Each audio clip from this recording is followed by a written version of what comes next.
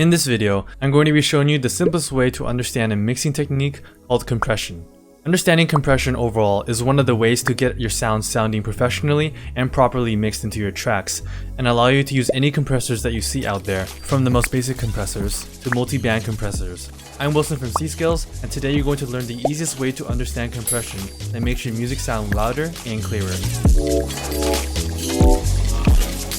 To start off, if you haven't watched my video on how to easily understand mixing, check that out first, because this video is going to use some of the basic concepts from that video. Simply put, compression is just a more advanced way to control one of the three basic mixing movements, which is volume. Let's define the differences between what compression literally does to the sound and what it's used for in mixing, because this can seem confusing at first. If we look at the sounds through an EQ, we'll notice the sound's frequency bands. In some sounds, sometimes there are frequencies that are way bigger than the rest of the other frequencies. What a compressor literally does is lower the volume of these frequencies. However, when we use a compressor in music, we're actually making the overall sound louder, because when we decrease the volume of the loudest frequencies, we have to increase the overall volume to compensate for the lost volume from the compression. In other words, what a compressor does is actually boost the lower volume frequencies to match the higher volume frequencies. For this reason, I like to think of a compressor as a tool to shorten the distance between smaller and bigger frequencies, instead of a tool that lowers bigger frequencies. So how do we compress a sound? Even though there are many different types of compressors, they all fundamentally have the same 5 features, which are the threshold, ratio, attack, release, and gain. So how do they work? Let's relate this to a bullet. The bullet is a representation of one of the frequencies in a sound, and the decibels are the distance the bullet travels in the air. Let's say you shoot a bullet up in the air.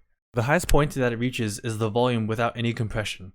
The atmosphere is 0 decibels, the loudest point possible before the sound starts to distort and shatter into more higher frequencies, and becomes impossible to change back. So generally, we don't want to go past this point in compression and mixing in general, unless we want to achieve that sort of effect in a sound. Starting with a threshold, this sets a point where anything louder than this point will have its volume lowered. I like to think of this as an extra layer of gravity at the point you choose to set it. When you shoot a bullet past this point, gravity will push it down even more, which will lower the bullet's distance. How intense the gravity is comes down to the next feature of the compression, which is ratio. Ratio determines how much volume is reduced when a sound goes past the threshold. So if we shoot our bullet up into our 3:1 ratio, gravity will pull our bullet's max height down by 1/3 once it hits our threshold. Now sometimes gravity becomes so strong that our bullet can't actually get past our threshold, and it seems like it's hitting a steel wall.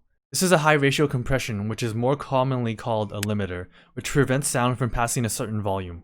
Attack is how fast the compressor gets activated, or how fast gravity comes in as soon as the bullet is shot past the threshold, while release is how fast the compressor turns off, or how fast the gravity turns off after the bullet drops down the threshold. Finally, the gain is simply a volume control on the compressor output, which means it's the volume after the compression has been applied. This is how you compensate for the volume lost during compression, and it's like moving the starting position of the gun and the threshold closer to the atmosphere at 0 decibels.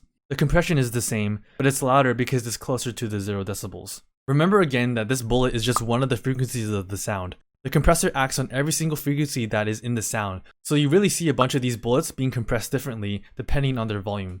So how do we apply these compression features? There's 2 parts of the sound: the transient, or the head, which is the part of the sound that allows the sound to cut through the mix, and the tail, which is the part of the sound that gives the body and presence. Compression is all about balancing these 2 parts of the sound to create clarity in both parts of the sound.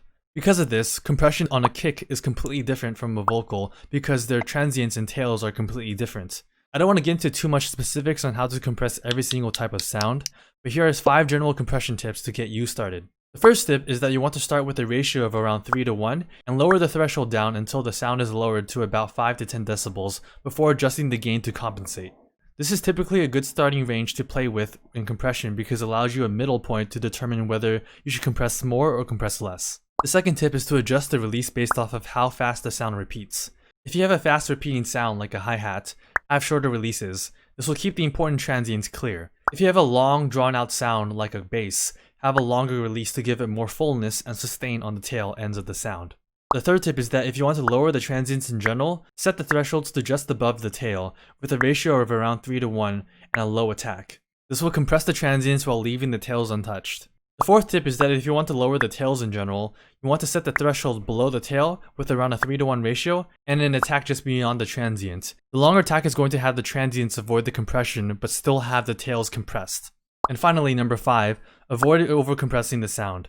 Overcompression is when you bring the lower sounding frequencies of the sound too high up to the point where it actually interferes with the other sounds in the track. Your sound should always have the ability to have a full range in dynamics. If there are no breaks in the sound, chances are you're compressing too much and you need to tone the compression down by starting with lowering the threshold and ratio before moving on to the attack and release. So now I want to hear from you guys. What compression tips are you going to try first? Are you going to start by lowering your tails for your sound? Are you going to try avoiding overcompression? Let me know in the comments below.